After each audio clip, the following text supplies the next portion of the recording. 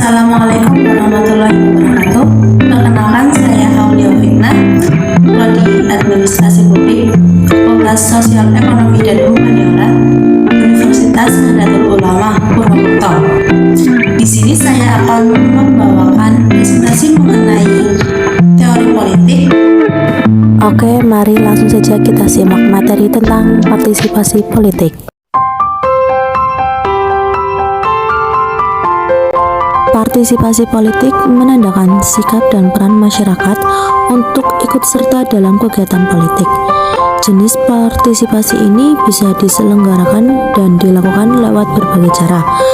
Adanya partisipasi politik dapat mengubah masyarakat yang semula apatis menjadi aktif.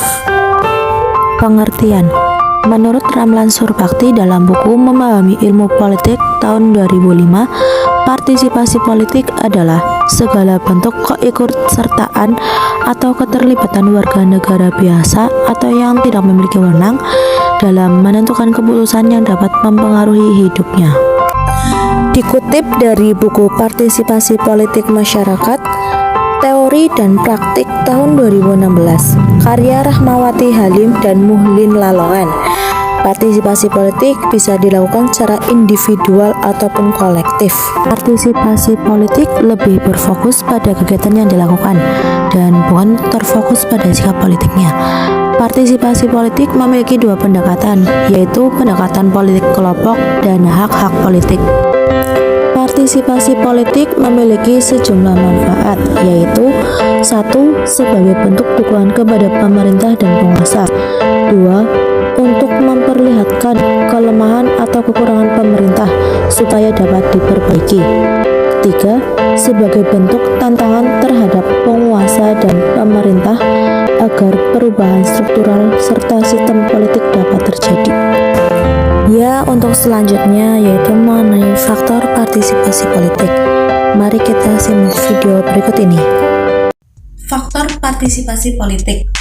Mengutip dari jurnal Partisipasi Politik dan Perilaku Memilih dalam Pemilu 2014 tahun 2015 karya R.R. Emilia Yustiningrum dan Wawan Ikhwanuddin, partisipasi politik memiliki 3 faktor utama yang berpengaruh, yaitu 1. Faktor psikologis. Faktor ini berkaitan erat dengan identifikasi individu atau masyarakat terhadap suatu partai politik. Proses identifikasi ini dapat dipengaruhi oleh terdekat, seperti orang tua dan keluarga. Selain itu, faktor psikologis juga meliputi ketertarikan individu dalam membicarakan isu mengenai politik. Lalu yang kedua, faktor ekonomi atau rasional.